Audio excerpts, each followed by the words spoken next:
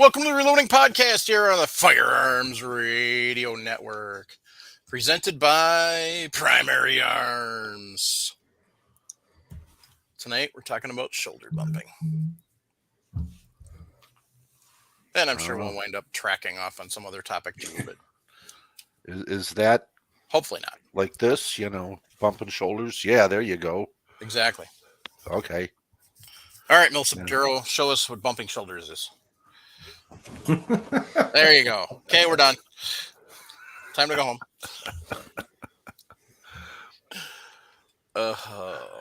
Howdy, everyone in the chat. Howdy to everybody listening. What's everybody been up to? Still getting stuff done with my doctor. Another 2 more appointments and I'm done. Yay. Yep, get back to Indiana. Need a 4-wheel dolly to take all the records back and everything. So, You know what? They didn't put them on microfiche for you? I wish, Of course, then you got to find a reader. That's the problem with that. Yeah, they could put them on a stick probably, but, then they wonder if it's all right or, everything else. This is all signed by doctors and everything else. So. Yep. Other than that, it's convincing my my kids that spending money on 550 parts is a good thing. Oh, look who's here. Hello, gentlemen. Smile. Hello, young lady. Where's Candy? With Jim.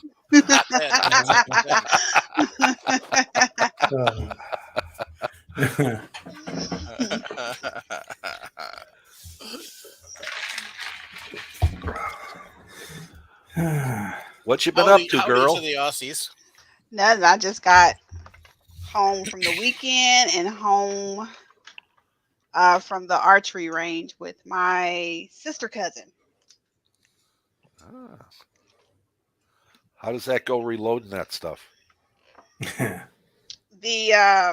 pull it out of the target, put it on the bow and pull it back and let it go. Place tip, maybe easy not. Reloading. Yeah, I did show her how to zero in her scope. So if you're replacing tips on arrows, you're doing it wrong. No, not replacing, but taking fields, putting the bolts on type deal. Buy new ones. Don't you have those arrows that put the 357?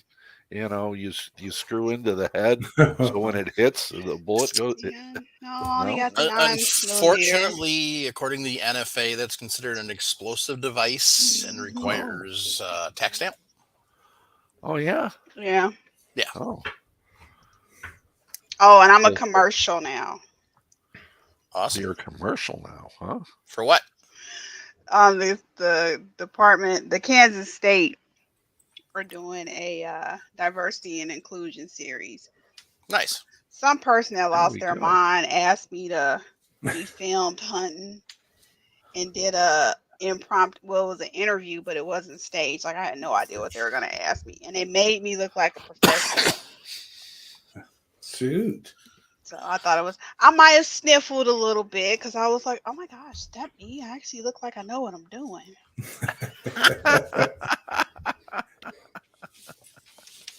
But it was fun. People be asking for your autograph before long. Oh gosh, they started immediately. Of course, it's all the people I've hunted with. And the cool thing was the filming crew were hunters. And I just got back from snow geese hunting. I got geese this year. You got geese this year? Yeah, last year. Sounds like a full freezer. We split them evenly. Okay. Like, we know who shot what, but at the end of the day, just divide it up. You got one and everybody else got 20, right? No.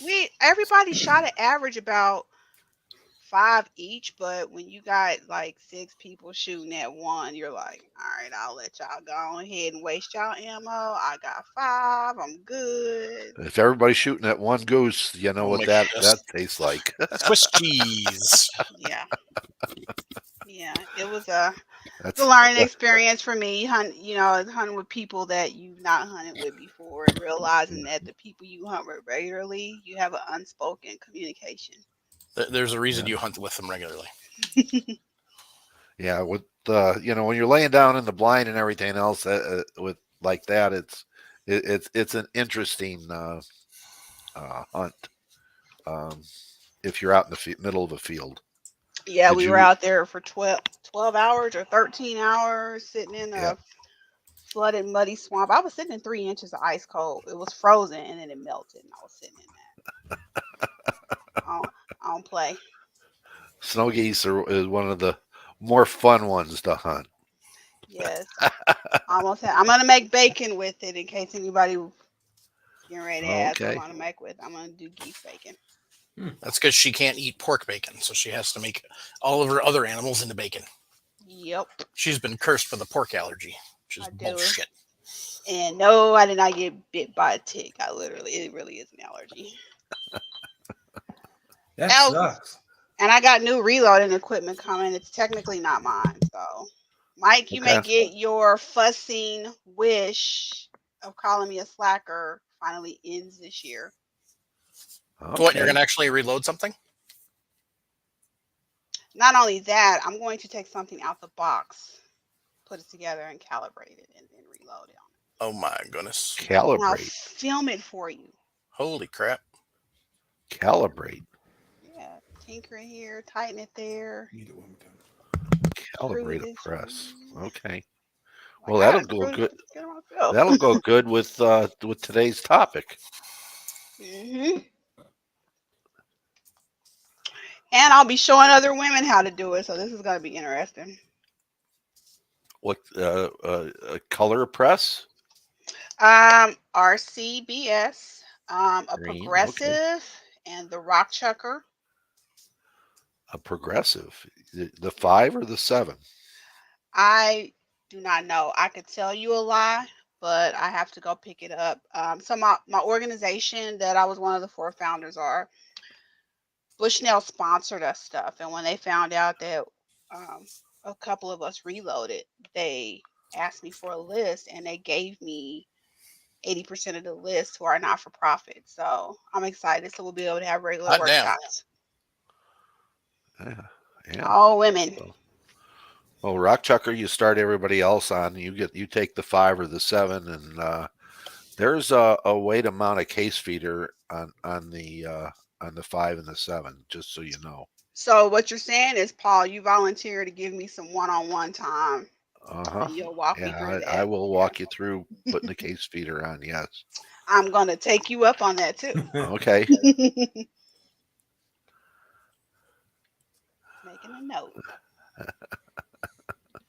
Yeah, I'm excited about that. Now I just got to figure out where I can get some, which powder company would like to donate our organization some powder. I've got Chris Hodgins' email. Remind me after the show and I'll get it to you. I got his email too and his house address. All right, there you go.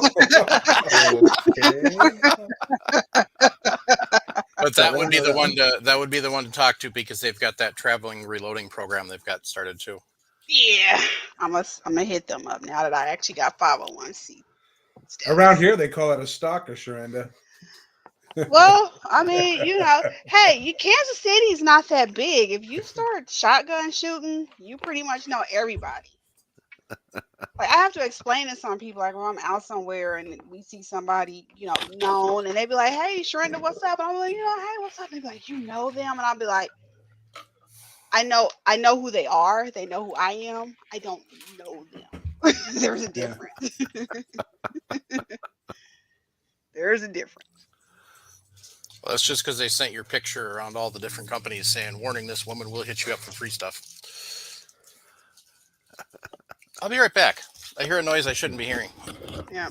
Normally I get have you had coffee yet? apparently I'm known to don't act right if I don't have So, coffee. so where are you getting your primers from? CCI or Federal or? My own personal stash. Well, you got to hit up CCI and Federal and Winchester for that. Yeah, I'm gonna ask. Figure worst they can tell us is no, but to Yeah. begin with, I'm sacrificing some of my own personal stash, which is nothing compared to you guys. Well, we still look okay. I was looking the other day, and it was what was it, $500 for 5,000 primers, small pistol primers. It was getting a little. Yeah. I was thinking about it. Paul, $500 for primers, new rifle shotgun. $500 for primers, Well, new rifle you look shotgun. at $500 for primers, and I look at $500 as saying that just about buys a new barrel, okay, or it True. buys a new barrel. But we're also looking at 52,300,000 years of doing this for you and me 4 days old. Okay. Dang. I'm just messing with you, Paul. But yeah, seriously, I got Okay. my list of things is so big. I just have to. Well, I understand. She got to focus. Yep. But I'm not product poor. That's a good thing. Not too many people can say that. And Well, then we tonight's have topic. our Milsurp duo here, who are the new video makers, who put out a video on annealing cases today. I got the notification it posted, but I haven't had a chance to watch it yet. They did pretty good. It's an interesting annealer. Who So filmed it, Candy? for the money, so it's in the $280 range. So it's and it's free shipping. I think you guys said so. Yep, free shipping. That's the one you guys were telling me about before you went to SHOT Show, right? Mm-hmm. Yes. Okay. It's a nice little machine. Absolutely. Yeah. What else you be doing? Other than that, went to a gun show over the weekend. Picked up another Forester case trimmer that I didn't need, but does this one got all the parts to it? Well, it's the one that doesn't come with the pilots, which okay. I know they sell them with the pilots and without or with the pilots and without them. This one is the one without them. But yeah, other than that, it has everything in the box. I don't know exactly how old it is. It's old because the instruction page is typed on like a typewriter. Yeah. They're old ones. So. That's about my age that I got with mine. So okay. But yeah, other than that, yeah, went to a gun show. Saw primers, saw powder. Powder wasn't too bad. I think about a pound. It was anywhere from 30 to 40 a pound, which wasn't terrible. Primers, I didn't even look because I wasn't. Well, they had those odd brands, which I don't remember what they were. Oh, they were some Eastern Europe. Something. Yeah, they were. They went $80 $80,000. Yeah. But other than that, yeah, the gun show is pretty good. Small one, which is what we're getting used to around here. But yeah, that was about it for me. Yeah, I bought a new rifle. Bought a Italian Carcano, the cavalry carbine. The price was decent. Wasn't high on my list, but they're going to go nothing but up in price. So I bought one of those. What'd you do? Stop up to my store and buy that one? No. Got this one on the internet. Ah. Bought some brass for it. Some primed brass. What else have we done? Well, that's another. I got brass, but I haven't got it yet. Yeah. I bought 60 pieces of 303 and 20 to 30 of 6.5 jab for a really good price. So other than that, just trying to get these videos wrapped up and but doing some more brass prep at home. And actually, we were just discussing yesterday, ammo prices here in central Illinois are almost back to pre-COVID. They're maybe $1 or $2 higher than what they used to be. But and we're starting to see powder back, but primers are still the mystery animal. Same here. I'm seeing powder come back, but not what I'm looking for. Yeah. Yeah. I mean, 43, H4350. No, I ain't seeing that.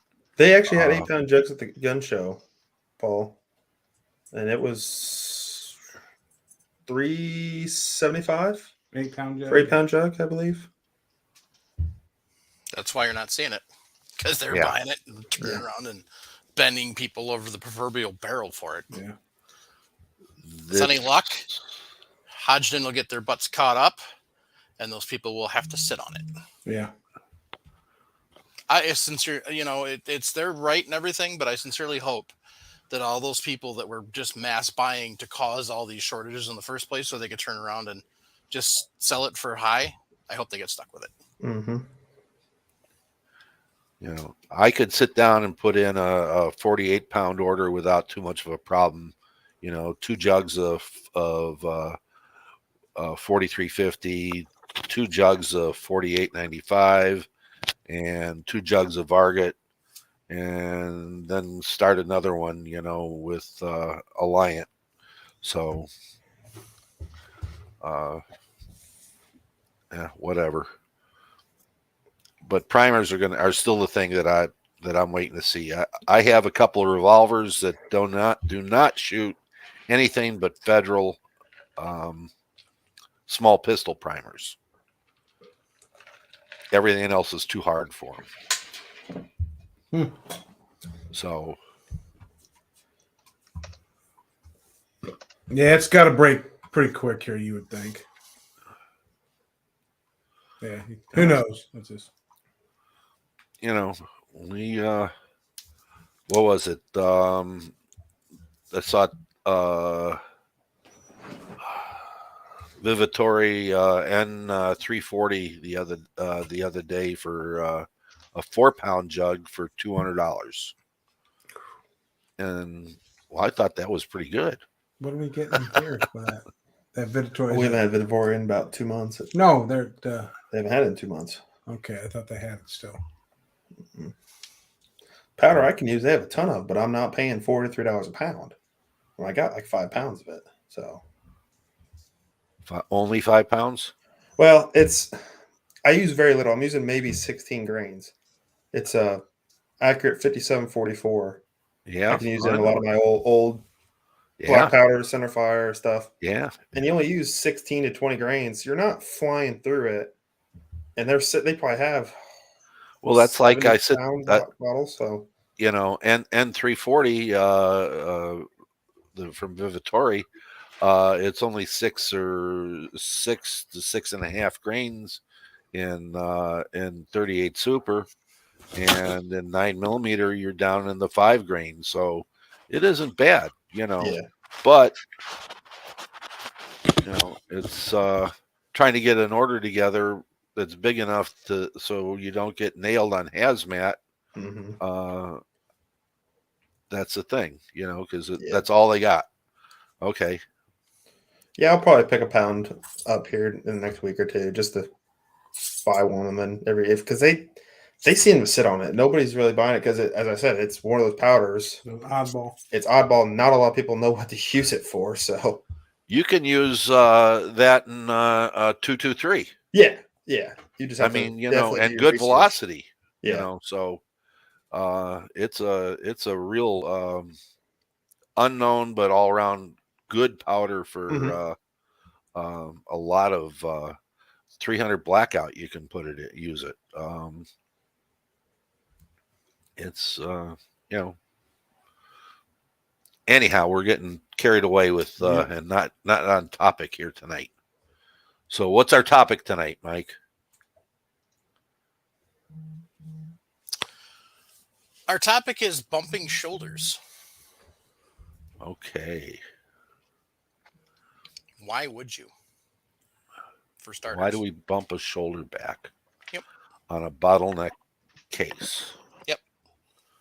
Obviously, we can't do it on a straight wall cartridge. Yeah. But on a bottleneck. Now, are we moving the whole shoulder or just part of it? I mean, which part of the shoulder are we moving? We're moving the whole shoulder. Okay. Yeah, we got to move the whole shoulder. But how much we move it? We just full length resize it and don't worry about the chamber. Can. Kind of pointless, but you can. Okay, so if we do that, we're going to wear our brass out pretty quick, right? Mm-hmm. Okay. So we got to measure it. Yep. Okay. So the preferred measuring tool for most of the shooters out there is from Hornady, and you would use their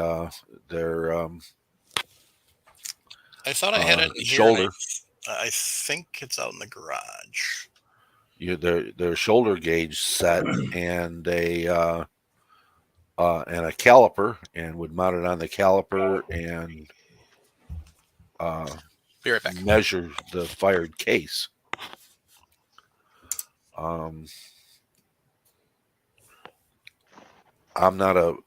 don't like the Hornady because, one, it's made out of aluminum and it's a knife edge.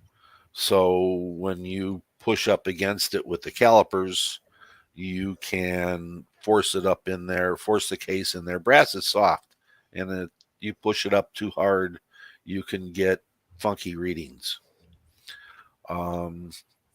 Sinclair makes a set that it's not a set. You have to buy individually, but it comes with the shoulder angle on it, and it fits the Hornady gauge set. So you can use it or the Sinclair's, and it so it fits the angle of the case.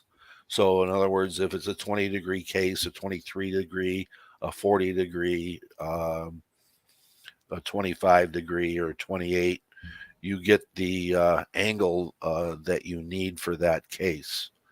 And there's a list of them as you go through. I think they're $10 or $11 a piece for the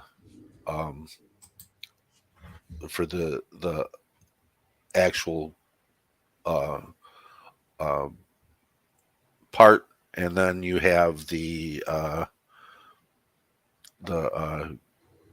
gauge block that from Hornady or from Sinclair.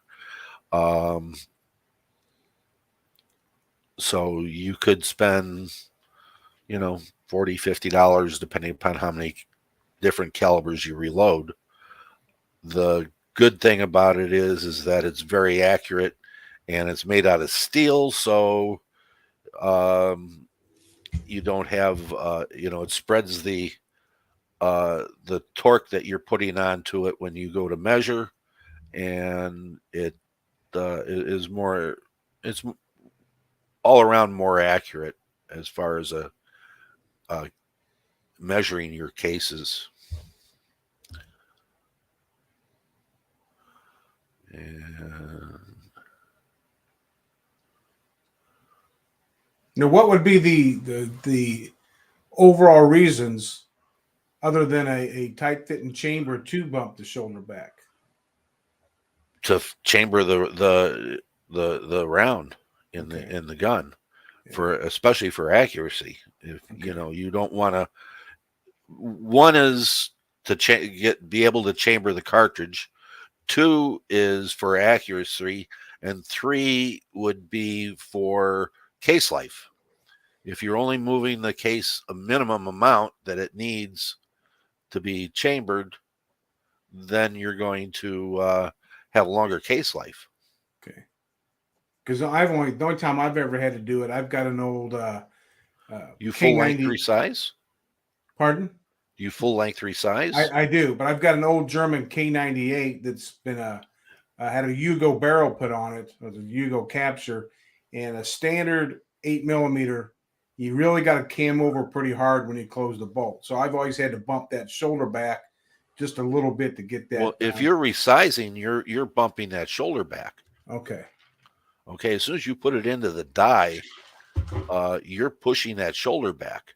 Right, but I've had to lower my die even more to push it back. Okay. More. But have you ever measured to see how much I have you're pushing it back? I need to do that. That's what you need to do. I don't know if it's in a high demand gun that you're using, but the idea behind it is to only move that shoulder back that 0.02 of an inch, so the gun chambers easily, and it'll give you more accuracy too. And plus, your case life will be a whole heck of a lot longer, even with that. And if you set it too far back on your regular ones, you can lead to case head separation. Yeah.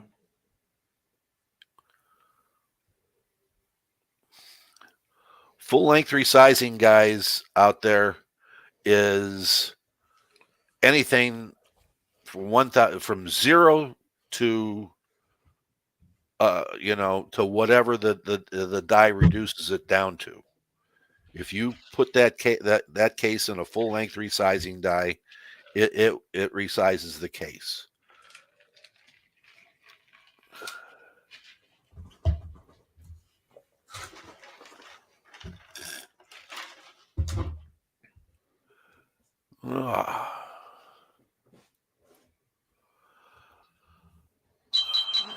Mr. Paul, by saying that the shoulder angle is more accurate than measuring the diameter for 308, you're saying that the shoulder does not change after your shot.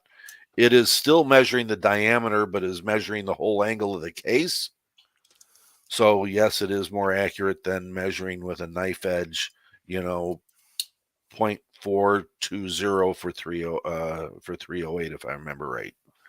Or 0.400. I'm not sure, but yeah, going by the angle is the shoulder angle is definitely going to be more accurate.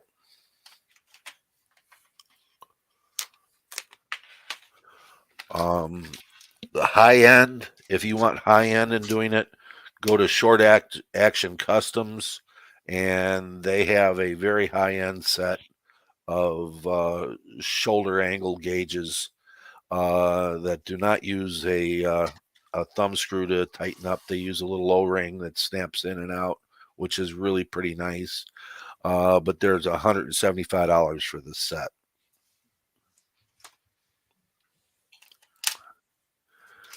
And if you're using your chamber for the feel, the thing that you got to remember is you have your extractor and your ejector.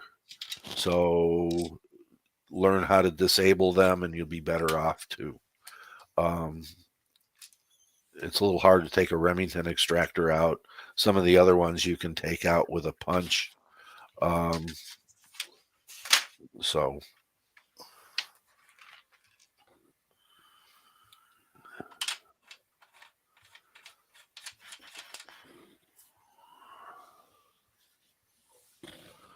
Well, look who's here.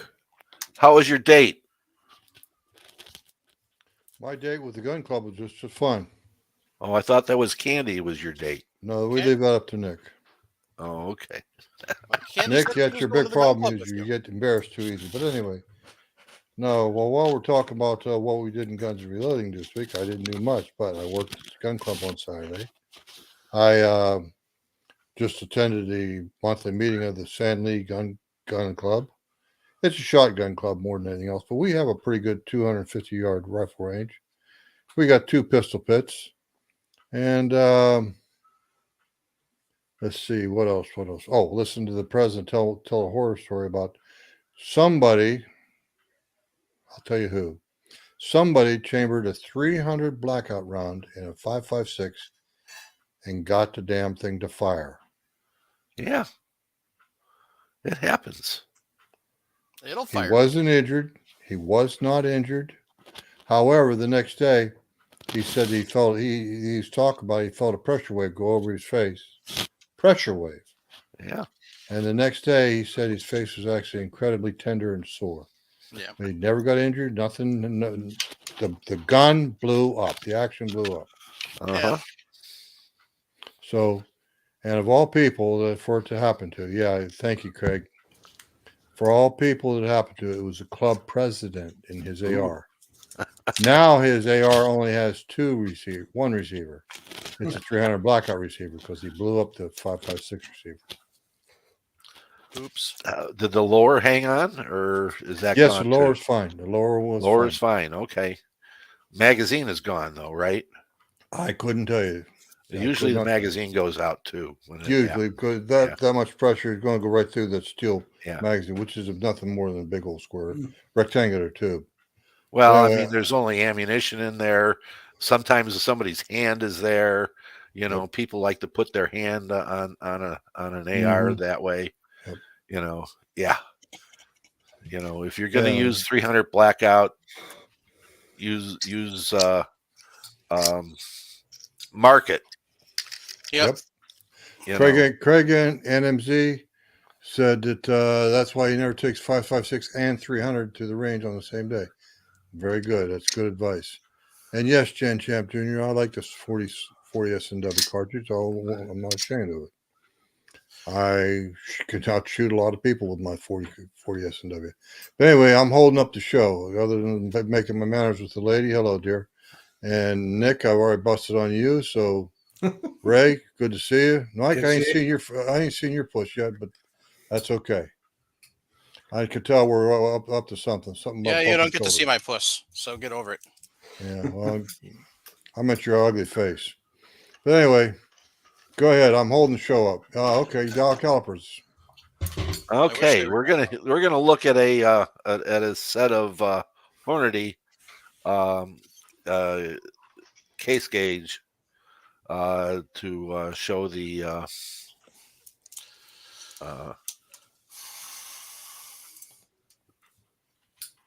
show what we were talking about when Paul was talking about using it. So, to be honest, I get to cheat because we're using 30-06 cases tonight because I reached into my bag of brass and that's the first ones I pulled out. And the last time I was checking shoulders was on my 308. What a 308 and 30-06 have in common? Good. Bore diameter. No, shoulder. Well, bore diameter too, but shoulder. Yeah. So that allows me to cheat. So this is something that I 3D printed. Nice. Nice. That's holding sexy. Some of them. It doesn't hold all of them, but it holds some of them. Because as you can see, there's still plenty in here. Yeah. So this is the package you want. Bullet comparator and complete insert set. Yes. Because this gives you all the inserts, not just part of them. And then you have to pay a fortune more to get the rest of them. Mikey, how much did that pack cost? I don't know. Okay. I didn't. I bought. I bought that as part of somebody's getting rid of a whole bunch of stuff. So I'm honestly not sure how much it actually cost. I can take a look and see. So,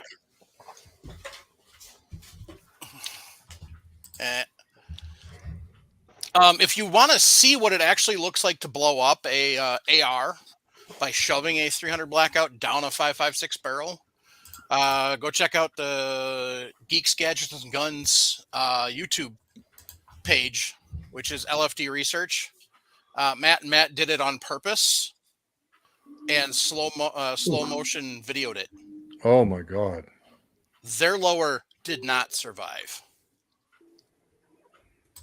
So I would be highly surprised if your president's lower actually did survive. He says he shot 300 since then. Yeah, it's probably bulged out and he's not noticing it.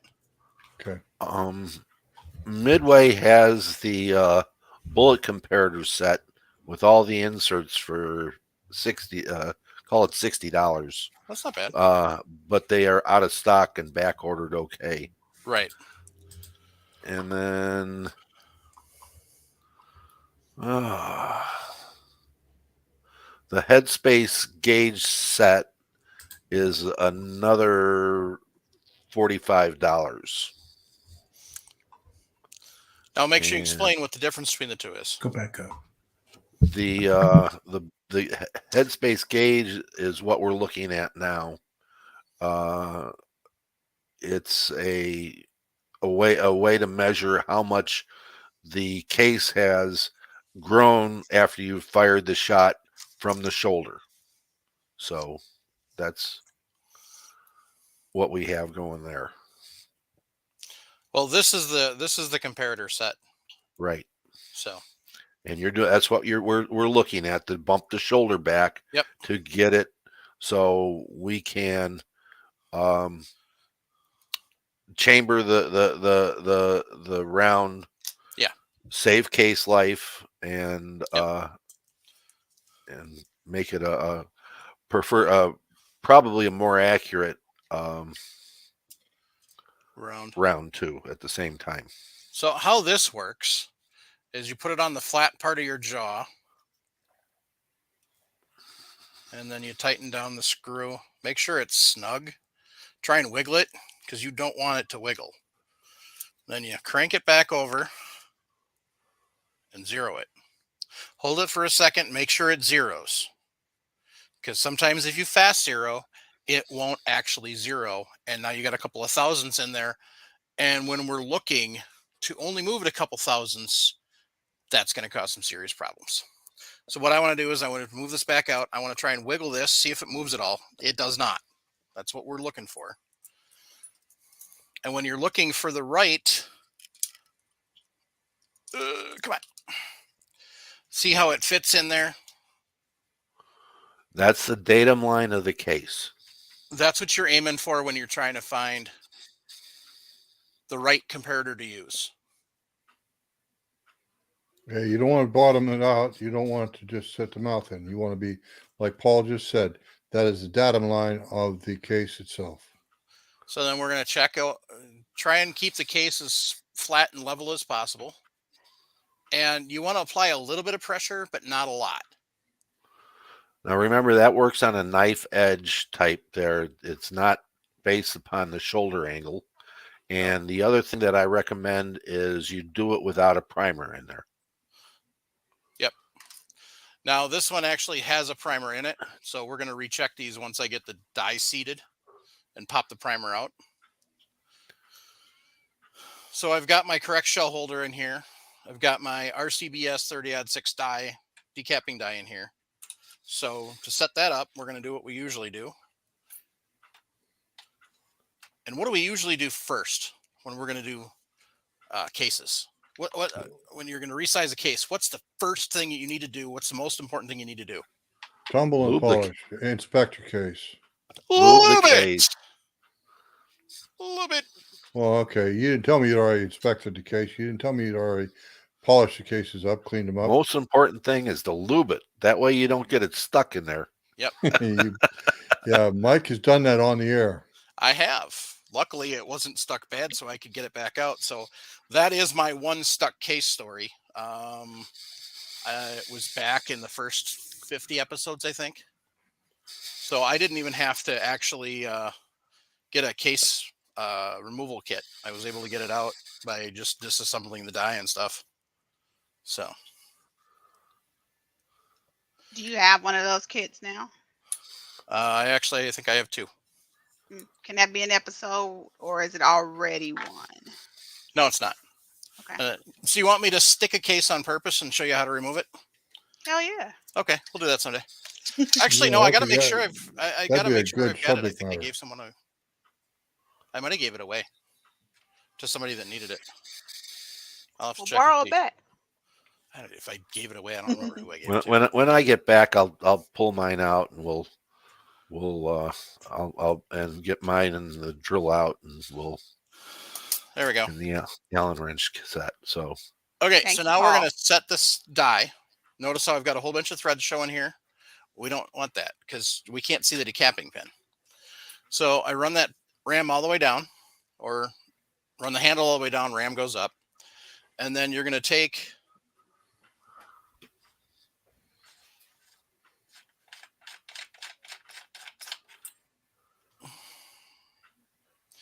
just making sure that this die is actually reasonably clean, because these are ones I got in an estate sale. I never really bothered to look at them. Okay, good. So this is kind of backwards. What a lot of people will do is, instead of putting the brass in there, they'll just run this down, run your shell holder up, and then what you want is you want them to touch, and you want to make sure that decapping pin goes down into that shell holder.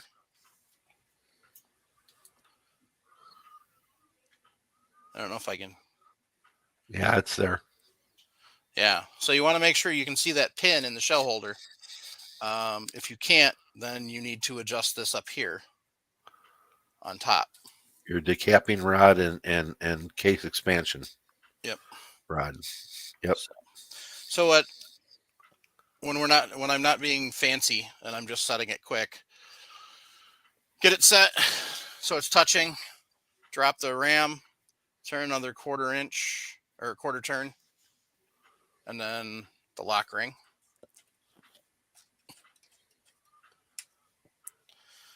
And you don't actually put the brass in there first. That's when you're trying to set for seating the bullet.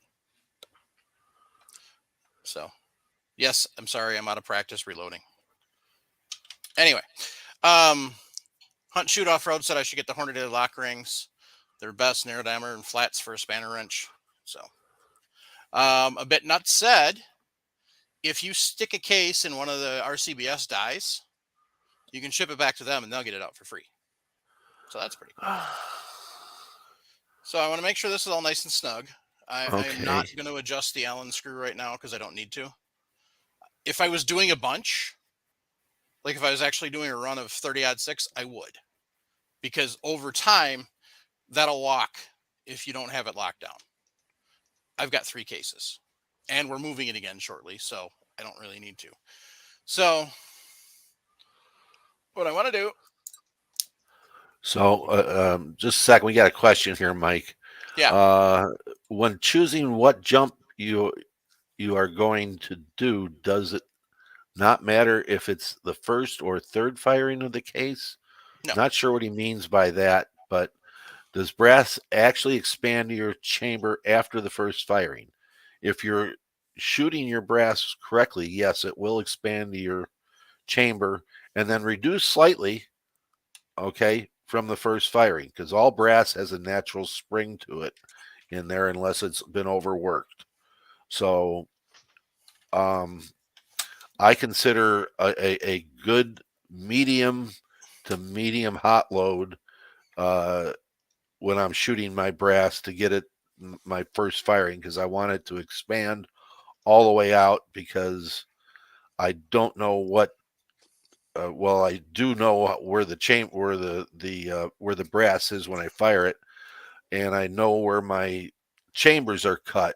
So if it's a 308 and I know it's cut at 1.63, and what's it going to be, 2 or 4 or whatever, somewhere in that area, and if my brass measures under it by a lot, which it can, then I go that way.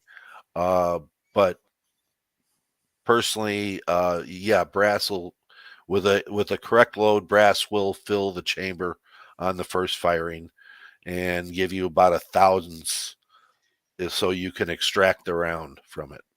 Okay, Mike. All right. So I decapped all 3 of those and sized them, but I'm not done. So theoretically, these would have been fire formed, and so they'd be sized to the case now. So now we're going to pretend that I just pulled these out. I just decapped them with a universal decapper and did not size them. What we want to do,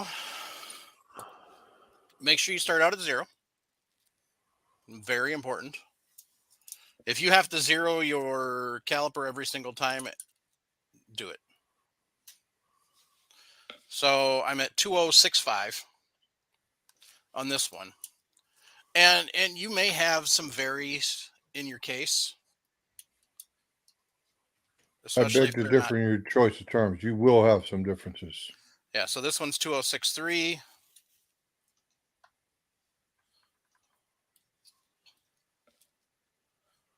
And that one's 206 or 2059.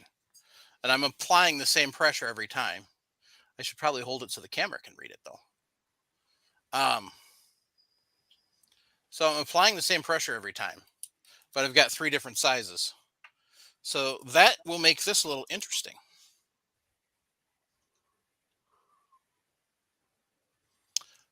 Mike, before you get too far along, may I suggest you get a black Sharpie and write the size on the side of the cartridge so you don't lose track? I don't have a black Sharpie.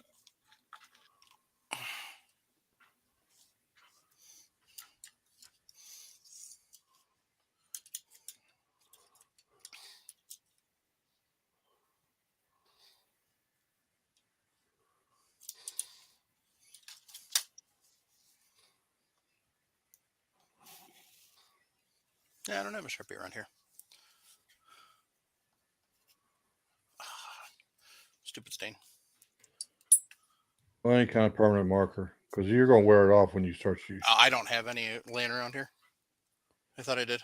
Well, your pencil might do it, but No, it won't. Yeah. So what I did is I separated them. I've got the 5.9 here, the 6.1 here, and then the 6.3 behind the camera. So that's how we'll do that.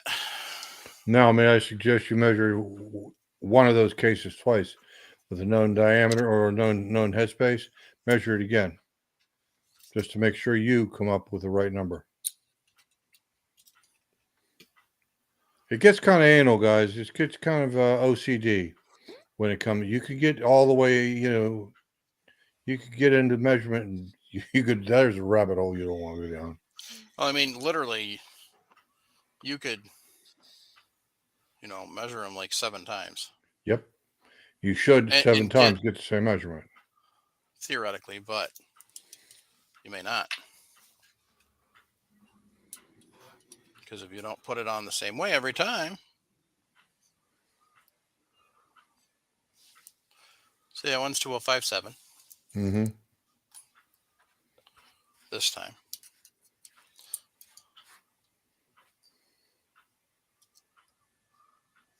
This one's 2059. So we got 2059 twice now. Mm-hmm. And it was 2061 the first time. So more than likely it probably wasn't seated right. You can also jiggle that case up and down, left and right, a little bit at the head. What you want to do is you want to flip and look this way and make sure it's centered that way as well as level that way. Mm-hmm. So this one's 2062, so it's still pretty close to its 2063 in the first place. So I will throw that back in there again. Get it set. And we're back to 2062. So we got 62 twice now. So we got 62 twice, 5.9 twice, and 5.7 twice. Good. Thank you, sir. And it's zeroed. So, all right. So obviously we have 3 different length cases here.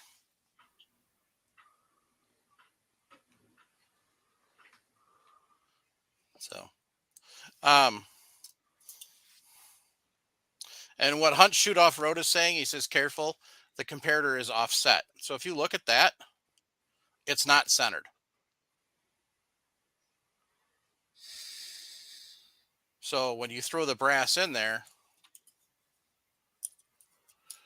what you're looking is you're not looking to make sure that that is half and half, but rather it's in spec with what's behind it.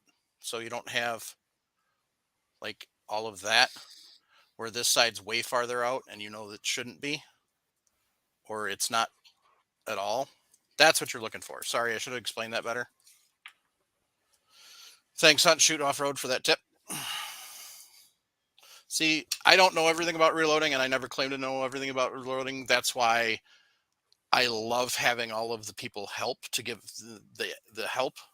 So, and you never will know everything in your life. I mean, Jim's 5 million years old. He still doesn't know everything. And he's been reloading for 4 million of it. So, Look at your screen, Mike. you know what the best part is, Jim? Nobody else can see it.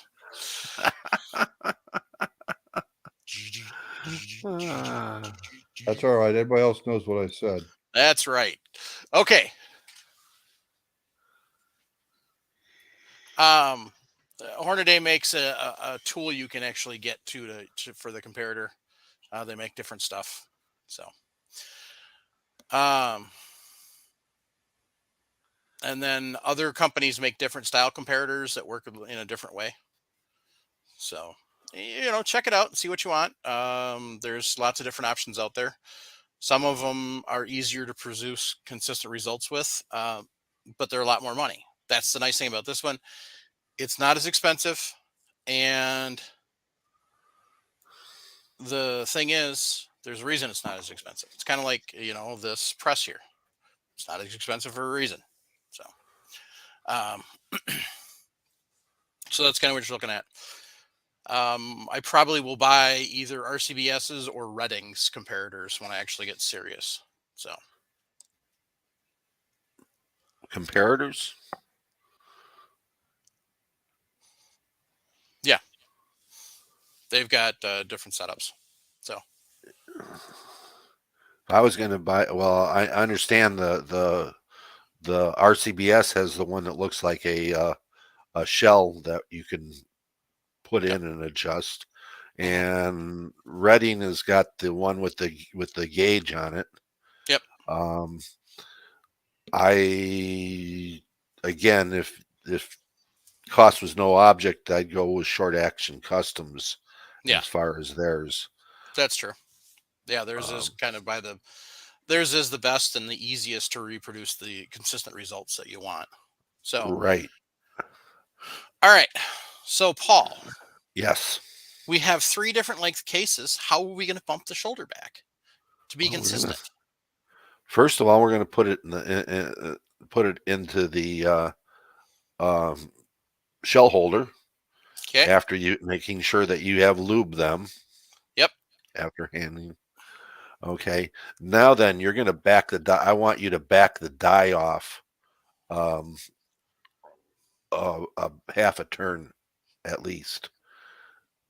Okay. Half a turn. Okay. Now run it up. Let's see where we're at.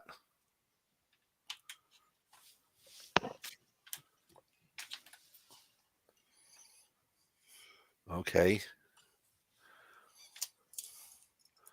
So this is the one that was measuring 5'9". Okay.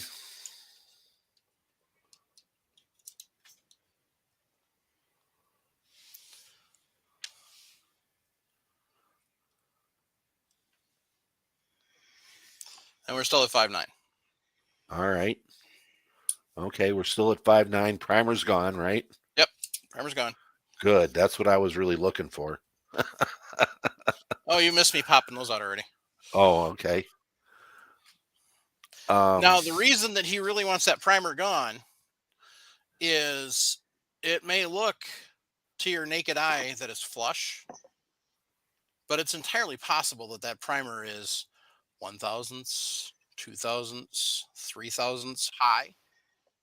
And now you're going to really screw some stuff up because... Why would that primer be high, Mike? I'm not disagreeing with you. I want you to tell me why it's high. And Snoop Dogg? Say again? Not that type of high. Oh, no. Why would the primer be backing out? Well, if somebody had it overpressured, if it wasn't factory ammo, or maybe somebody was having a bad day at the factory and they weren't consistent with the machine. If you're hand priming and you're not being consistent, any sort primer of crater. Yep. Usually the two things is the primer is backed out and has started to flatten, and you have a primer crater. So just with that right there, it can throw you off. Take the primer out, and then then size your case.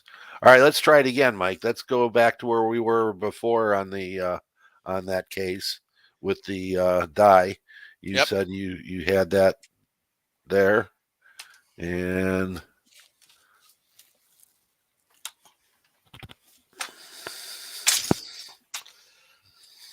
All right. So obviously,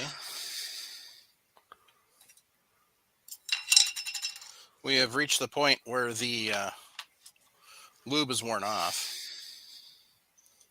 because that was really tough to get that one back out. okay. So when I'm lubing cases like this, I'm gonna over lube. Not you can't over lube with imperial sizing wax really easily, because it is the way it's applied. You just run your finger across the top, get a little bit on your finger, and then rub it around the case, and then you just use your thumb and finger to kind of spread it up and down. No. Nick may have a thing about that. You can put too much imperial sizing wax on a case. He's done it enough of them. Absolutely. Forming. So, good grief, man! What the hell? Yeah, you know, I know That he is some, slathered it all on there, you know, and that is some special talent. Okay, so now I've relubed the case. Okay, let's run it up in there, see where we're at. Notice it went up a lot easier. Now, in case you are wondering why I'm holding this press in place, so the way that this base is designed to be used is there's a pin that goes down through and then holds it, and that keeps the press from backing off. I don't have that pin installed yet because I haven't figured out exactly how I wanted to do it. So that's why. So at this point, just so everybody understands, the other thing is that when you're sizing a case, you go down, count to 5 when the case is fully inside of the die. All right. What that does is that makes sure that you've given it enough time to size down. In other words, it isn't going down and then immediately picking up on the handle. You have to get a rhythm, a pause down at the bottom so the case has time to fully resize. You're trying to beat the spring back. Right. Brass by nature as a metal has a spring back. When you move it, it likes to move back to where it was. Give it time to push all the way in and not go slam it down and come right back up. You know, I like to count to 5. Okay. That's that gives me enough time to reach for another case and get ready to switch out. Mm-hmm. So, well, there's an old instructor of mine who used to say, all metal is plastic. Metal is like plastic. Right. And the more you form that plastic, the more pressure you put on, the more less it's going to spring back. Exactly. And you're right. It's plastic. It's it's a malleable. Brass is a very malleable piece of metal. Absolutely. Yep. And we just have to give it time to conform to our reloading die. Okay, where are we at now, Mike? We're going to measure the case now? Yep. See how much we've moved? Now, theoretically, because I put the die back where it was before, we shouldn't have moved it anywhere.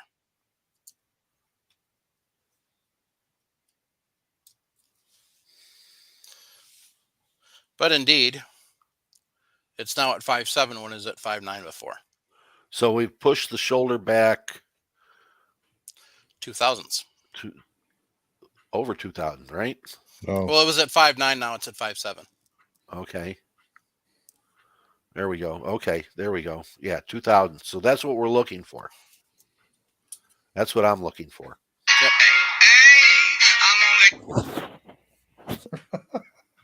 You That are wasn't not me. on vacation. I think that was Sharenda. I claim nothing. Bit nuts is a good one. Got a good one up. Good night, Andy. Good night, Andy. Where you get that one? So that one's at 60, so it only moved back 1,000th. Okay. But it's still fully resized, right? Yep. That's fine. Were these fired all in the same chamber? I believe so. Okay. I was given this brass. At some point in time, it will be all fired in the same chamber. And that's sitting next to my foot. Now this one's at 2055 when it was at 2057 before. Okay. So how does that work? How does it work? Because theoretically, and I mean theoretically, and I'm just throwing this out there to play advocate, theoretically, you shouldn't be able to put 3 different length cartridges in there or brass cases in there and accomplish the same resizing. My first question to your question is, first answer to your question is, are they all the same head stamp? RP. RP. And RP. I would bet you don't have an answer to my next question. Are they all the same lot number? That I do not have the information to. Okay. The third answer to your question is it could very well be your setup with that press. You really need to, but you need to really button that down good and tight, Mike. Yeah. So you may actually be getting some flex in that O-frame press. Well, it's not the press itself is mounted solid, but then once you put torque on it, Right. it likes to try and back out because these don't hold that well if you don't have the pin to keep it from sliding. I understand, Mike. I understand, but that's why I say Yep. it's possible that you don't have that button down real tight, where it just can't move unless you break it. You know, you want it to be rock solid, and it certainly isn't rock solid. I'm not criticizing my friend. I'm not denigrating his setup. I just adding some variables, pointing out some variables that I see right off the bat. Yep. I got a quick question for the group. If you freshly annealed those cases before you did any resizing and tried to bump the shoulder back, would you get more consistent results? Yes. Probably. Okay. Most definitely. You would get more consistent results. Thank you. Well, the other thing is, the fourth answer to Mike's question is the variation in brass wall thickness.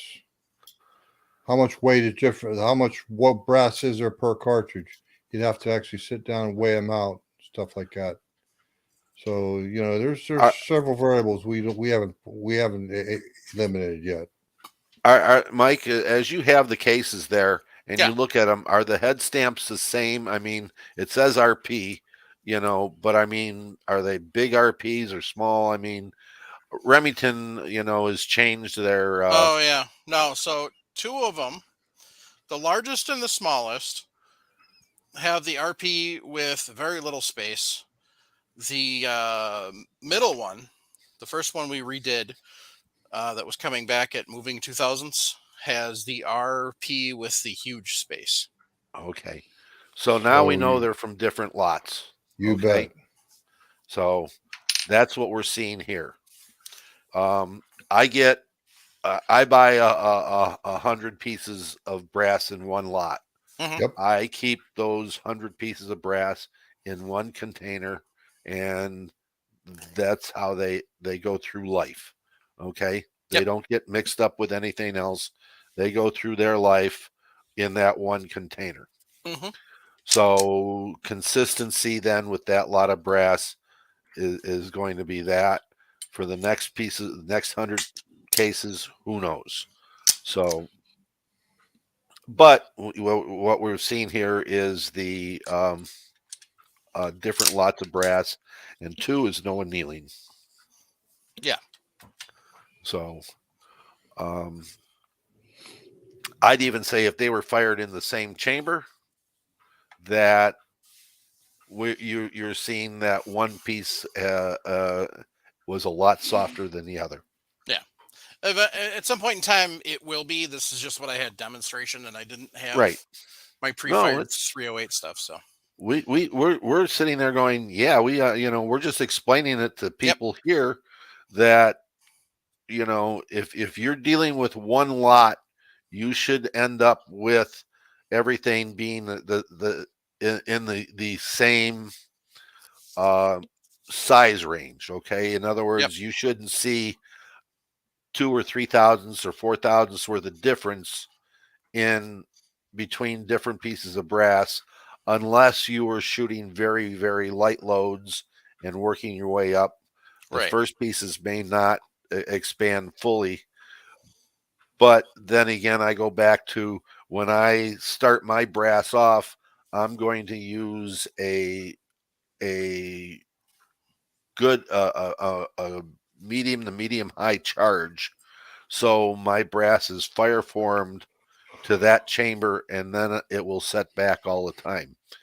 Remember, when a manufacturer makes brass, he's got the SAMI specs that he's got to sit down at, and there may be 10 thousandths of a difference in the plus or minus of the headspace in that round, because you get a go and a no-go gauge, and he's got to make sure that it fits the minimum chamber when he sells that piece of brass or that round. That's right. You could get 12,000 stretch from a military chamber from a minimum size case. Right. Well, even in a commercial manufacturer, he's sitting there going, he has got that 10 thousandths. That manufacturer making the cartridge may sit down and make it 12 thousandths under. Mm-hmm. Okay. So he can guarantee that it's going to chamber in a minimum chamber and a long chamber. Okay. Yep. It's still within SAMI specs, but they're different on the men's side. This is the beauty of what Mike has been saying all along. We can make better ammunition than the factories can, because we could tailor our ammunition to fit and the pressure, the load, whatever you want to call it. We could tailor exact specifications to our guns. Mm-hmm. But the factories have to, like Paul just said, the factories got to think about min to max. And lawyers. Yep. Michael Dunn's got a good question, but if they're all the same size, should they all bump the same? Same lot? No, that depends on the head stamp and the lot number, Michael. So we really can't give you a yes or no answer on that. If they're from the same lot, they will come very close. Right. I agree with you, Paul. I think they'd come very close. But if you're a mixed brass, then you're going to have problems. And right above that was Keith Green. Yeah. So he says that would make sense if the shoulders were at 061 or higher. If the die is set, how could it bump the shoulder 2000s if the fired case is at 059? I'm not real sure I understand that one. What he's saying is if the case is at 061 or higher, and you got a fired case at 059, that 61 might be a soft piece of brass, okay? Mm-hmm. And it's way up there, and the 059, okay, might be a harder piece of brass. All right, so he can get 2000s out of it, and that 61 will spring back. The 59 was still being compressed enough by the die and being a little harder. It moved, so it can, you can get there. It can happen. Here's the good answer from a bit nuts to Michael Dunn. Michael Dunn, not so. If you have hard-ass military brass and some nice annealed Lapua brass, the same size, they won't bump to the same size. That's right. Yeah. That's exactly right. And if you got military brass that was fired in a machine gun, it's probably stretched out and long to begin with. I like And- machine gun brass. It's always undersized. I mean oversized. I mean, I don't really care. It's always oversized because of the oversized. Well, that thing. then you can sit down and you can take 3 dies in your Dillon 550. You can put in the first one. You can put in a decapping die. The second station you can put in a regular body die to get the body. Then you have a full length die. Then you have a small base die on your fourth station. That way you can sit down and just cover them all. Process brass all day long. That's right. All right, so we've set the shoulders back. Different ways of if that was the same lot that we have. Okay, let's say it's all the same lot brass, and they all expanded close to the same, and we're trying to set the shoulder back. How would we, with this setup here, what would we use to do that? Well, that would be that you're talking about using the Redding shell holder set. There we go. There's one way. Another way I've cheated and used 2000s, 3000s feeler gauge is put it under the case in the shell holder, forcing the case a little tiny bit higher. Yes, thank you, Mike. Forcing the case to be a tiny bit higher in the shell holder, and therefore it enters a die a little tiny bit deeper and setting my shoulder back. Okay. And if you're long and you want that, and you've set the die up, okay, and it's moving the shoulder back too much, what do you do? If it shoulders back too much, well, then that's the case for fire forming. Oh, wait a minute. Are you talking about what do I do with the case that's actually undersized? No, how would you get it so you could set the reloading press up so it was only moving the shoulder back what you needed? Oh, okay. Then you have to start over. Okay, so I start over. I can use a Redding. If I'm moving it 4,000, so I only want to move it 2,000s, and I'm using the Redding shell holder kit, and I'm at 5, I could go to 7 on their shell holder, and that would only move it back to 2,000s. Okay. Sounds right. And you have. I can't swear to it. You got the numbers exactly right, but your process sounds right. Okay. Now, if you don't have the shell holders, so what's a way to do it? Well, like I said, is that Mike is twisting back and forth on that die. Okay. I think he's trying to tell us something. So we can twist the die back and forth. Okay. A secret that you can get from either Sinclair, or they make spacers for dies that come in 1,000ths. Okay. And you can put 2 spacers between the shell, between the lock ring and the shell and the press. Yes. And that would give you your 2,000ths. Now, AR-50. if you put that spacer in now, it's going to move the die up. Right. Right. Yep. But if you don't have those shell holders and you need to go push that shoulder back, you'd actually adjust the die down. Down. Right. And if you're trying to go up and you get the shell holder, you don't have those from Sinclair, you can get shims for an AR-15 barrel, and they will fit a 7/8 die. In other words, they're really thin flat washers. Right. Well, Paul's got the right term to begin with. They're actually called spacers. And you could get them several thicknesses, starting from 1 all the way up to probably 15 or so. But what do I know? I've never never used something like that. Honestly, for the money, buy the shell holders from Reading. Otherwise, just adjust your die.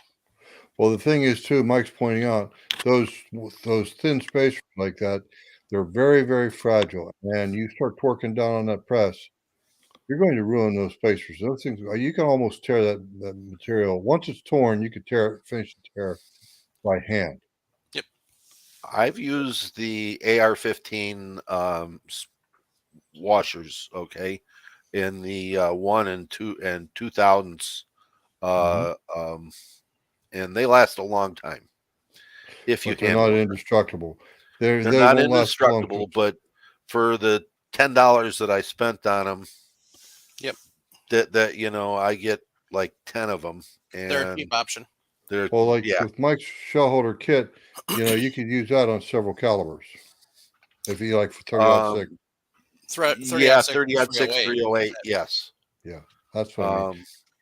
But if you're sitting there with a press that is not an O or a C frame press, you're stuck then by not being able to use the shell holders. So if you're on a coaxial press, you're you have to use a shim to quickly do a die adjustment. Very good, Paul. You're right. I'd have to use that in my started called a Bonanza, my Forster coax. Right. So a bit nuts said, Michael Dunn, that's exactly right. It seems no matter how much I cipher, I end up twiddling the dies up and down till it's right. A lot of times that's what you wind up doing. That was in response to Michael Dunn's question or statement, trial and error until it's at the measurement I want. Right. The nice thing about the shims is you try it, you get one measurement, okay? You can, and then you, with your calipers and your headspace comparator, you have a number to deal with, okay? So if he's got to go down, he's got to go down. He's got to screw the die down. But if he's got to go up, well, that's, you know, pretty easy. I sit down and say, I went too far by 3/1000. So I'll put 3/1000 worth of shims in and I'm done. You know, an interesting tidbit, Paul. You mentioned the coax style press. Think about it. You'd have to put the washer on, the spacer on top of the lock ring. Yeah. Yeah. Pretty easy, isn't it? It is, but you know, I actually had to sit here and think about it for a little bit, and I realized because if you put it on the bottom, all that's going to do is just raise the die up higher, but it's not going to force it to stay down to go over the case deeper, like I want it to.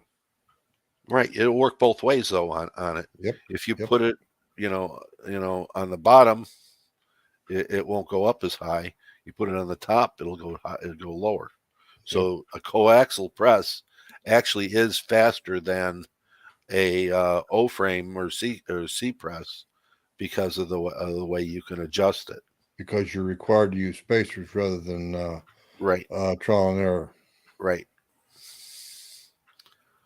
You know, and there is a way, you know, it's 7/8 14, and if somebody's good at math, they could figure out with a who's it? Forrester's got that new lock ring that is graduated.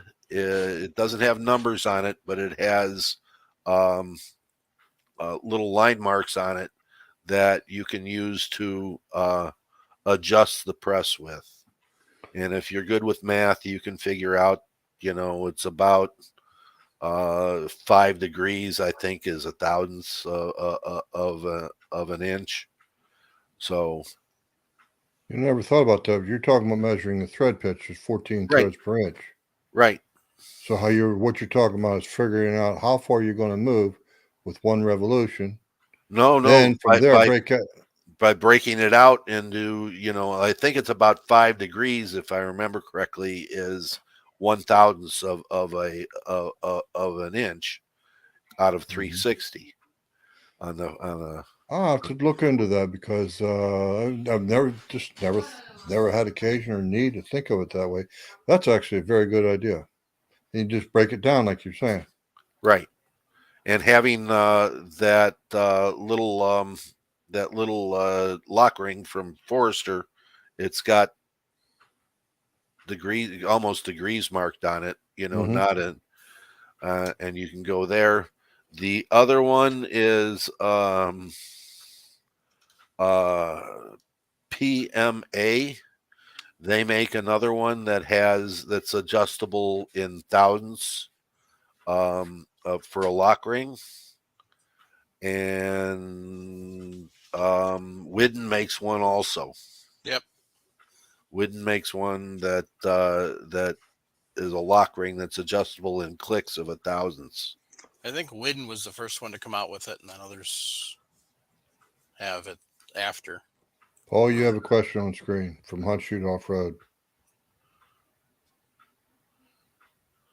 If you oversize a piece of brass, how badly did you oversize it? If you oversized it, it goes into the cider shots to get you warmed up.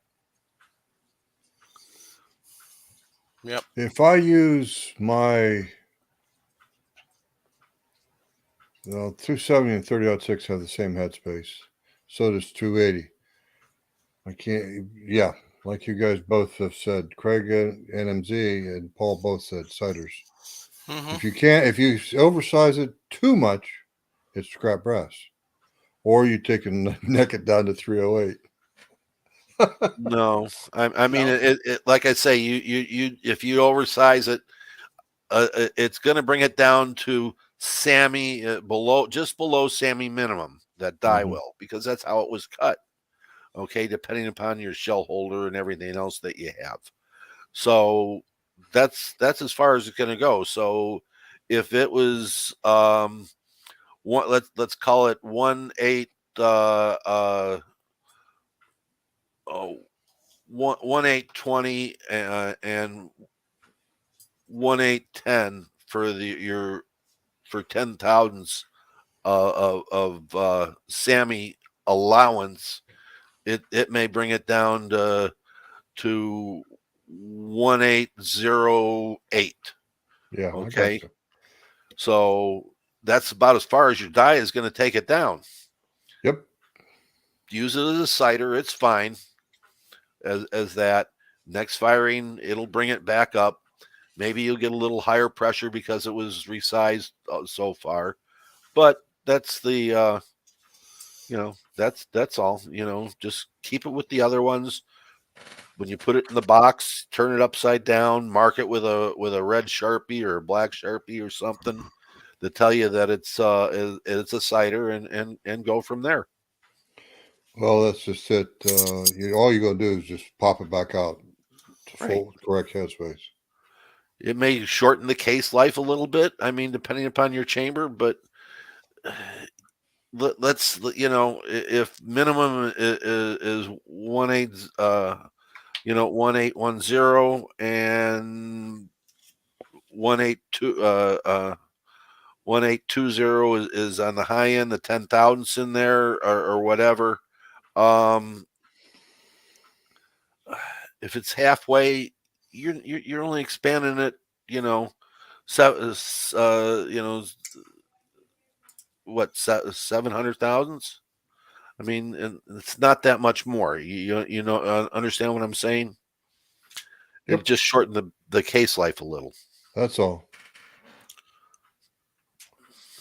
Okay, let's bring somebody into the chat. There we go. Mike's already got him. So one of the things that everybody needs to realize. Sorry, this is my bore cam that I can't really hold still. Put your finger on the press, Mike. That'll help. There we go. All right. So one thing you'll notice, that die is literally touching that shell holder. So And one thing you'll notice too, it's actually touching the shell holder on solid metal. Yeah. metal. The little ledge that's up there. He's on solid metal. There you go, Mike. That's even better. He's not on the thin lip. He's on the solid shoulder of the shell holder itself. So he's putting pressure into the shell holder body and into the ram. He's not putting it on that thin lip.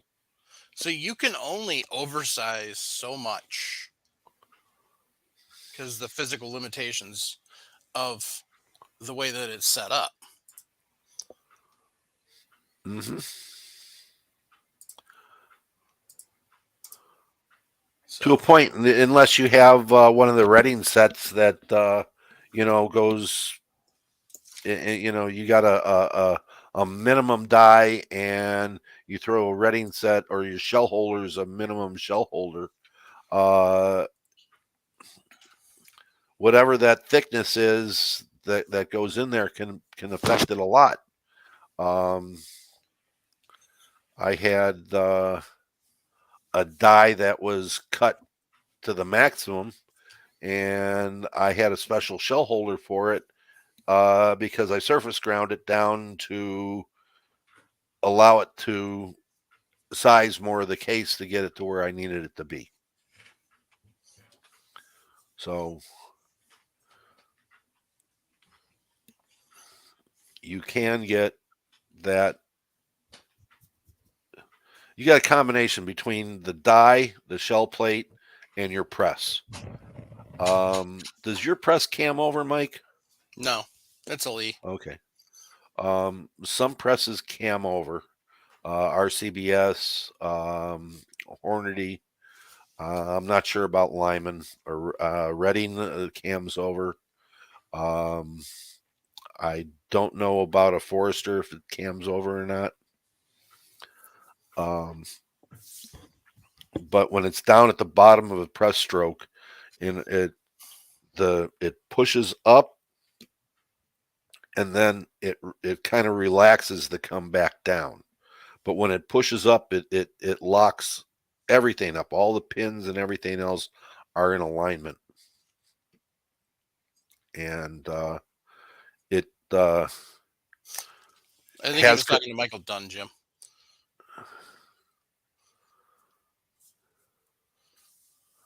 Is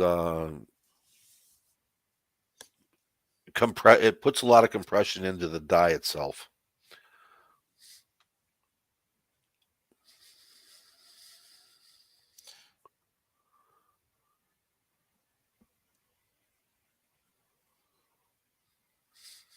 The address I put up is public. If I got it wrong, I apologize. No, I think he's talking to Michael Dunn. Right, I follow you. So, anyway, coax is a small cam.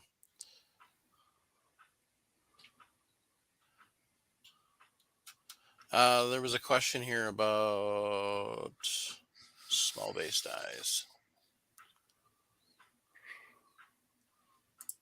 Yeah, somebody wanted to know if you can oversize with small base dies. Well, this is the other question I was looking for. Michael Dunn, do you bump shoulders every time, and how many times can you before that case won't chamber anymore? Yes, when I'm loading, I will bump the shoulder every time, and your brass will die before it will get to the point where you can size it so it will not fit in the chamber anymore. The reason I'm saying that is every time you fire it, it pushes that shoulder back out to where it was before, and actually usually even farther. So when you bring it back, you set it back up and you bump it again, you're just putting it back to where it was, literally exactly where it was when you just created that last round. That's all you're doing.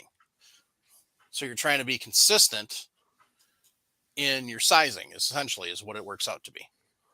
And if you're full length resizing, in a full length resizing die and pushing it back to 2000s, you're still resizing the whole case. Yep. Okay. Now then, will there be a time when you may have to use a small base die? Yes. Somewhere around the 7th or 8th reloading of the case, you may want to use a small base die because it is just grown. I mean, it's just tight. and I use some small base dies on a lot of my 308s that I load for an M1A because it's more accurate for me as that how it sits in the chamber. But it doesn't push the shoulder back any more than what Sammy's spec is. All small base die is at the bottom of the die. It pushes in more on the case head. It's towards the case head itself. So if you look at this brass, you can clearly see a line. Mm-hmm. You can see where it is shiny, and then you can see where it looks scuffed. So where it's scuffed is where it actually resized in that die. Yep. So what happens over time, this builds up, and then you can't chamber the case, is what we're talking about. And maybe that was Michael's question. And that's when you have to use a small base die. When you're bumping the shoulders back like I did using the full sizing die, it's not going to affect any different than you normally would in a normal resizing situation.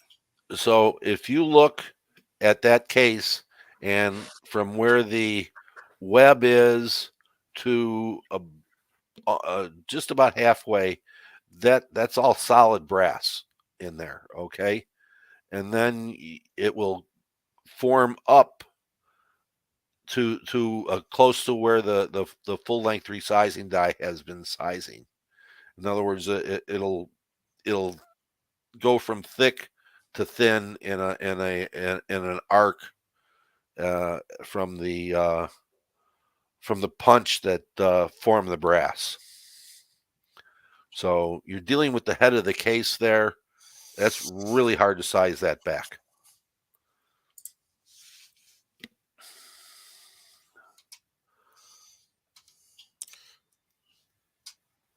So small base dies are typically used in auto loaders. Small base dies are used in a lot of target rifles too. Yeah. Where they have to have very smooth feeding, and time is important.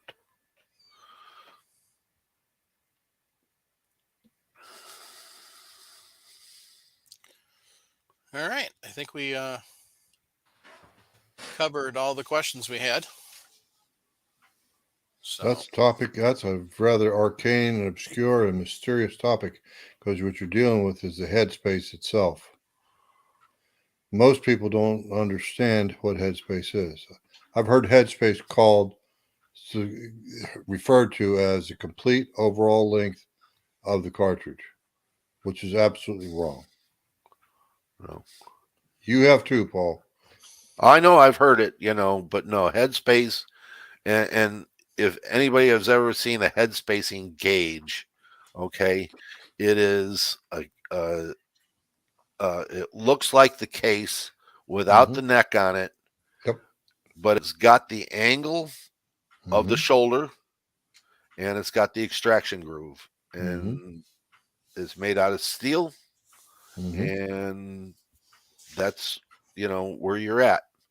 I mean, remember, it's always got the angle of the case, though. So, in other words, a 40-degree case or a 20-degree case or a 23-degree or a 38 or a 28, it'll always carry that angle.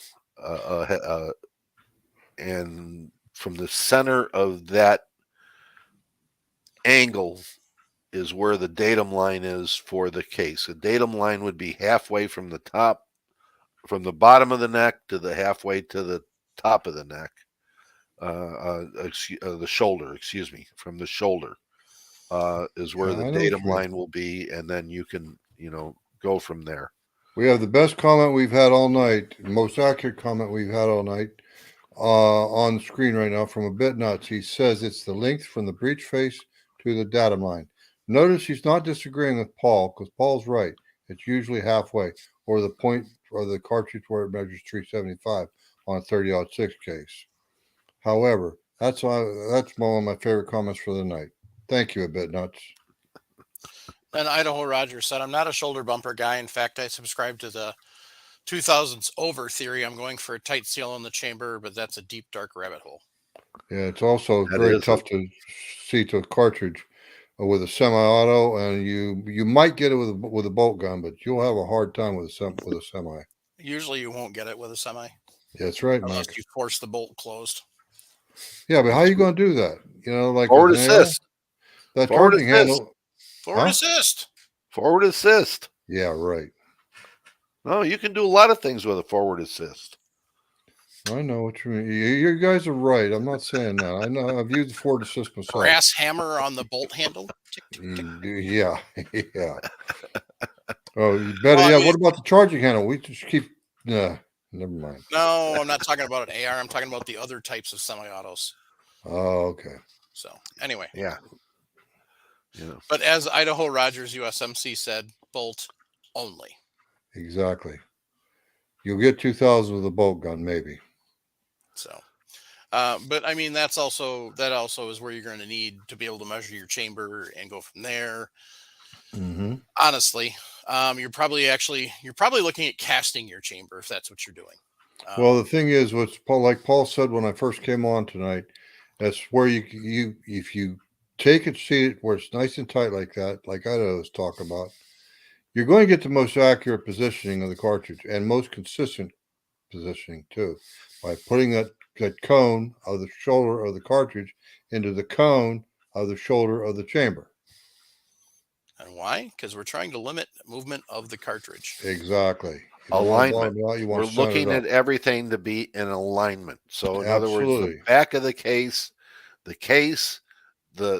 shoulder, the neck, everything to the forcing cone to the barrel is all in alignment. There is Yep. no Absolutely. misalignment at all whatsoever in there.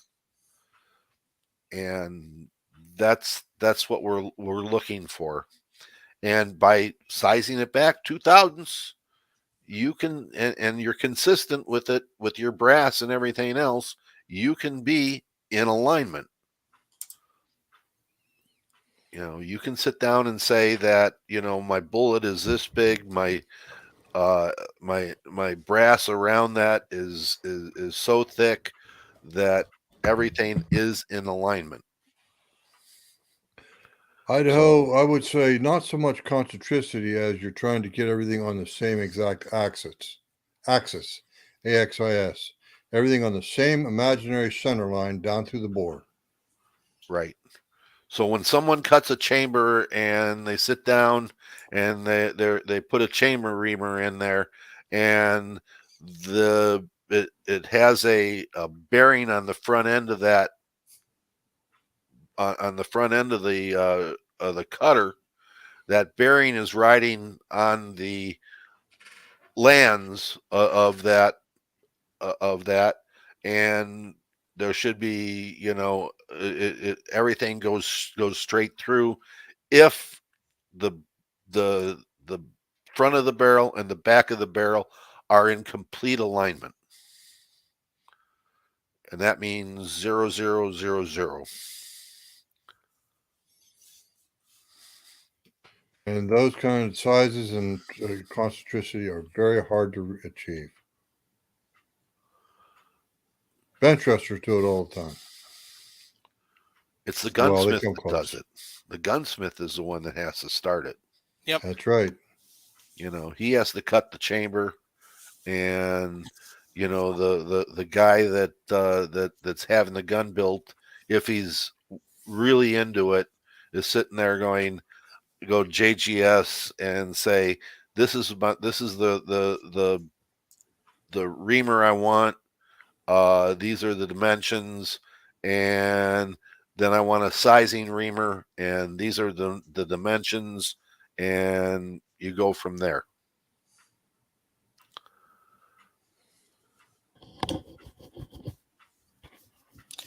Indeed. Well, that's a whole nother rabbit hole. Hey, yeah. So, anybody got any shout outs?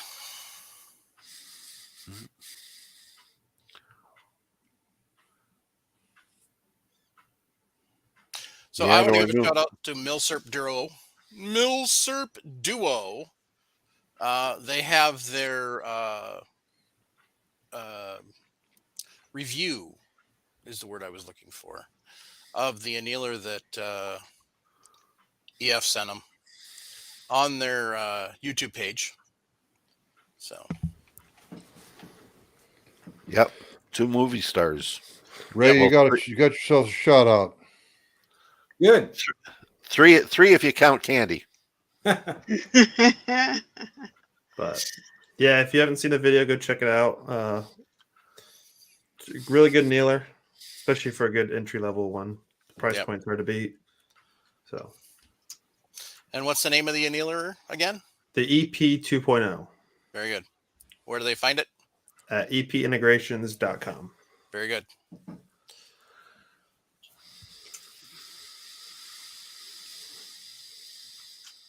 All right, gang. I checked to see if they had the comparator set on primary arms. They do not. They do have a bunch of other stuff. They've got the vibratory trickler in stock. They've got the lock and load neck turn tool for Michael Dunn, since that's where he's going to be headed next. They do have the concentricity tool as well. That you can kind of, some people have set that up to use to try and measure. I don't remember. Jeremy Rowland was talking about how he used his Hornady concentricity tool for checking shoulder bump back instead of like I was doing it. But it sounded like a long, convoluted process. But they've got a deal going right now where you get a free beanie with every order. Beanie would be a stocking hat for those of us who don't call them beanies. Or for Jorgen, Toque if you're Canuckian. For the Canuckian, it'd be a toque. And for us hillbillies, it's called a stocking cap or a toboggan. Yep. We called it a watch cap. Well, that too. But that's kind of a specific design. So, anyway, so check out Primary Arms. Also, remember FRN is the coupon code. If you buy a Primary Arms optic, you get a mount for free. So, want to just thank everybody for the shout outs and everything. Big shout out to Jake and Ryan over at Patriot Patch Company. I still have the February one. I have seen the March one, and the March one will be very awesome. It will appeal to boomers and Irish alike. If you're not a boomer and you're not Irish, well, you may not like it. So that's February. I know. I was showing off February, so they get to see what the quality is. Nice. So, because I don't have Marches yet. It's only the first. So, just remember, gang, St. Paddy's Day is for the rest of the world to pretend you're Irish. So cheers. Drinking the green beer, my friend. Oh, suck it up. Don't drink the green beer. Drink the good beer. Guinness. Yuck. There you go. There you go. That's like liquid asphalt. So here's the problem. American bars serve Guinness chilled. Yes. Guinness is not supposed to be chilled. It's supposed to be consumed at room temperature. Try it at room temperature. It has an amazingly different flavor. It has flavor, number one. That's right. Yeah, it actually has flavor, not just the bitter hops. So, but yeah, that's the problem with American bars is everybody wants their beer cold, and Guinness is designed to be drunk at room temperature. So. Mm-hmm. Most English ales, most stouts and ales, yes, are to be, and German too. Yeah, except the Pilsners. Yeah, but I mean there's a whole lot of them that are not Pilsners that are right. Meant to be drank, warm. So yeah. So or not warm at a room temperature. which isn't warm. So a bit nuts said, "Have you been to Ireland? They serve it cold, or maybe I was too drunk." No, they actually, a lot of bars do serve it cold there too. But if you ask Guinness Brewery, it is meant to be drank at room temperature. By the way, it also worked great for boiling brats in.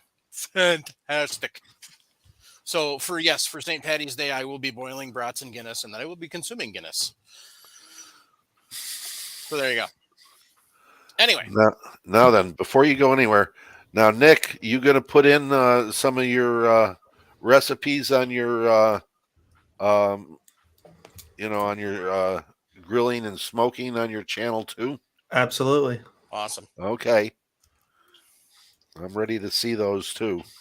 Absolutely. I know, like Chris Sharp messaged one I put on the Discord about what the bacon wrapped. It actually was not pork loins, so that might be the first recipe I'd cover.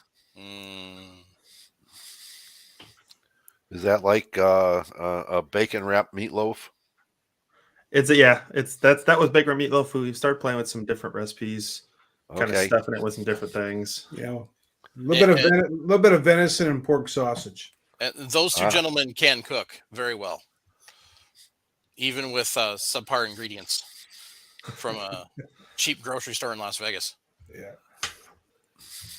I'm sorry to offend you, Sharenda, with all the talk of the pork and bacon and everything, but Oh, I'm used to it. I found tasty alternatives, so it doesn't. Venison bacon is amazing.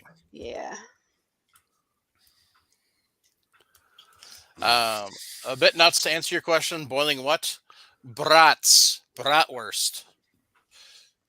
See, the proper way, according to me, to prepare a bratwurst is you parboil them first. Yeah. So that way they do not take forever to cook on the grill, which lessens the chances of them splitting open and releasing all that beautiful, lovely juice. Now, are you a sauerkraut guy or Hell are you yeah. an onion and pepper guy? Sauerkraut. Sauerkraut. Onion and peppers are for hot dogs. no, onions and peppers Or for Polish. are for Polish. Excuse Polish. me. Okay, Yeah. Polish. Yep. Hot peppers, jardinere, and that kind of stuff is for Italian. Yep. Yep. So it's all good. Oh yeah. Yeah. Damn it! Now I want to go get a Chicago dog. And then the right kind of bratwurst are the white ones. Okay. Just so. Well, the white ones are already parboiled. No. There is a white. Oh, you're talking about the white casing.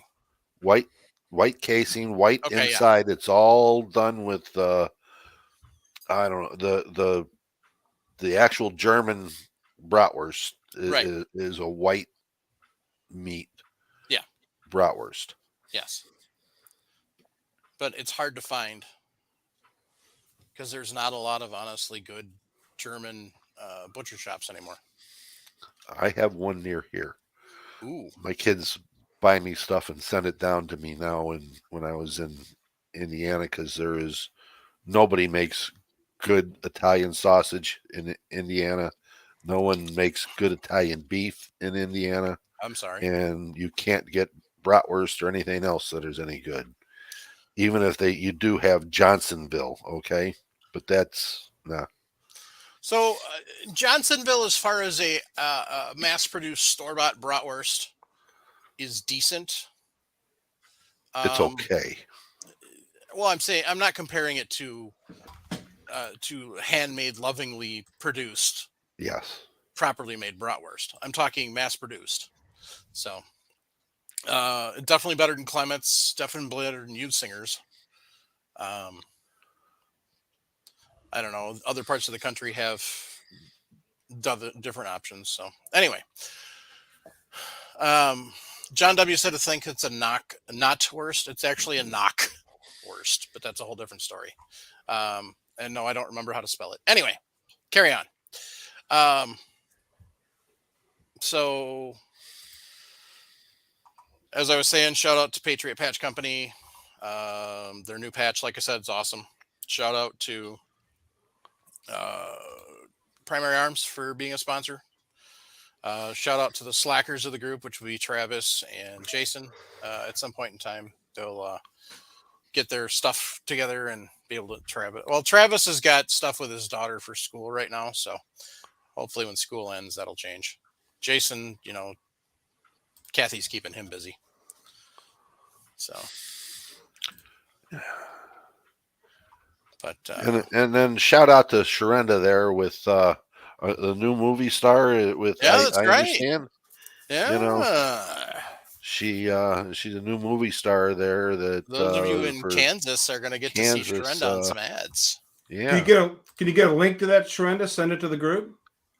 It's on Facebook. I don't think they have it on YouTube yet, but I could. Ooh, I will have to find that and share it to the podcast group. All right. So, that's about it for tonight, gang. On that note, keep your brass shiny. Jump on the mill short bus. Teach them to shoot and reload while they're young.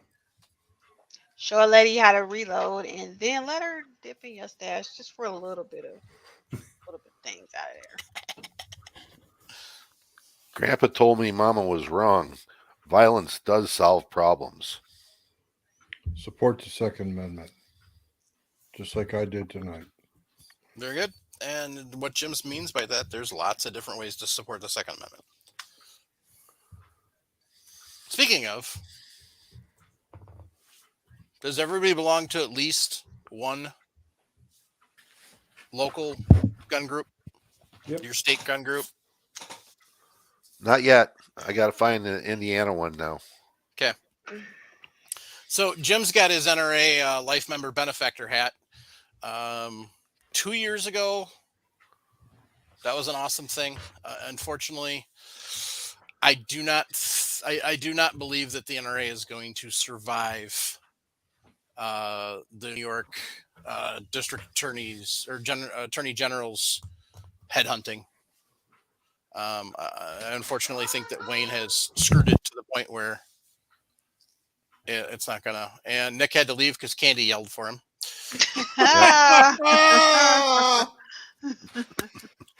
Make sure you tell him, Ray. But I'm also a member of the North Carolina Rifle and Pistol Association. Right. There you go.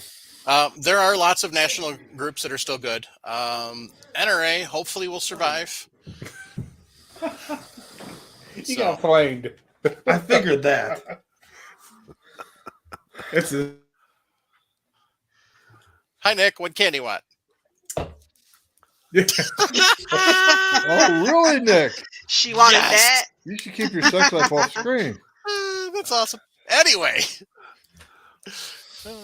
So, yeah, like Jim said, and Jim always says, join, support the Second Amendment. Like I said, join local groups, join some national groups. The one I do not recommend is National Association of Gun Rights. I have personal reasons for that. If you want to send me an email, I will let you know why. But I cannot, and Reloading Podcast cannot recommend that group. And frankly, Firearms Radio Network will not recommend that group. So if that gives you any idea. Yeah, you got, the GOA still. Yeah. And you got, Firearms Policy Coalition. Firearm Policy, that's a new one up on there. So we do have some that are still, fighting for our rights out there and doing it in a big way. Second Amendment Foundation is another big one. Yeah. I heard today that GOA is going after the NFA. Okay. Wow. National Awesome. Firearms Act of 1938. I like that idea. But however, that means midterm elections are even more important. Yep. All right. I just realized that's the best way to support your Second Amendment. Get out there and vote for pro 2A candidates. And if you don't have a good 2A candidate, either become one or go after the guy that isn't a good one and tell them that you're going to support somebody else. Find somebody else to put up there, even if it's yourself. and let him know it, because he doesn't support you. So If what's happening in Ukraine is not evidence enough what we need. yep. You know, when I saw them handing out AKs I was trying to figure out how to get over there. to 16 and 17-year-old boys, you know, and women, you know, and they were standing in line. Yeah. The Ukrainians are even handing out AKs to 78-year-old great grandmothers. Yep. They need to be.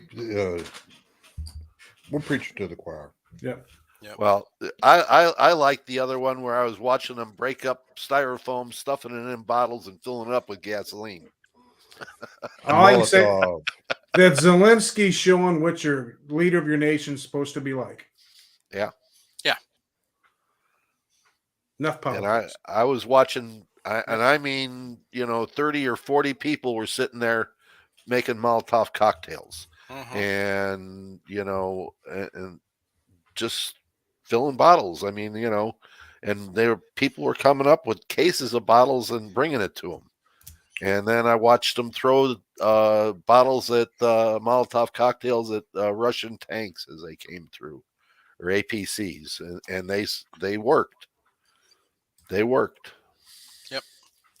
So that's Taking what our that Second Amendment is for an oppressive government. Yep. Ours or So, someone else's. That's right. All right, gang. Last but not least, if you're struggling, suicide hotline is there. 1-800-273-8255. I want to stress that it's not just if you've gotten to the point where you absolutely think that you're going to try and end it. Okay. If you're struggling and you don't have anywhere else to turn, they are a resource to get you to other help also. We want you here. We need you here. Asking for help is the courageous and brave thing to do, not the chicken shit thing. Okay. Not asking for help and just killing yourself is the chicken shit thing. Amen. Regardless of what you are feeling at the time or what lies you're thinking of at the time, I guarantee you there's at least one person that will be worse off if you're not here. Everybody has at least one person, and a lot of times you just don't realize it. So make sure you call, and reach out. So For sure. Thanks, gang. Thank you. Everybody Peace have a and good be night. safe. Night, y'all. Good morning to the boys and girls in Australia.